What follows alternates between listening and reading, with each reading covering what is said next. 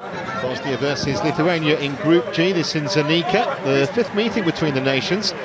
Lithuania's one win over Bosnia came in their first meeting back in 1998, but it was all Bosnia tonight, and they were ahead before the half hour.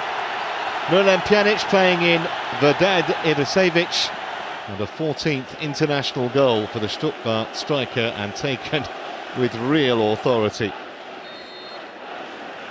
Bosnia won their first two games 8-1 and 4-1.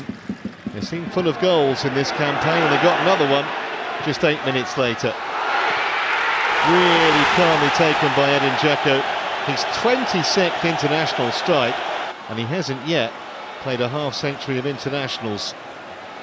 The Manchester City man dispatching with ease to double the advantage, and it was 3-0 before the break.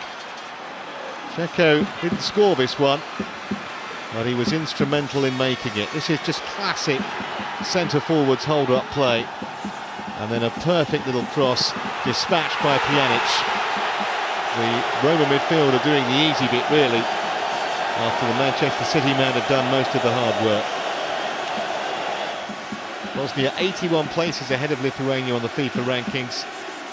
And on this showing, it looked like it.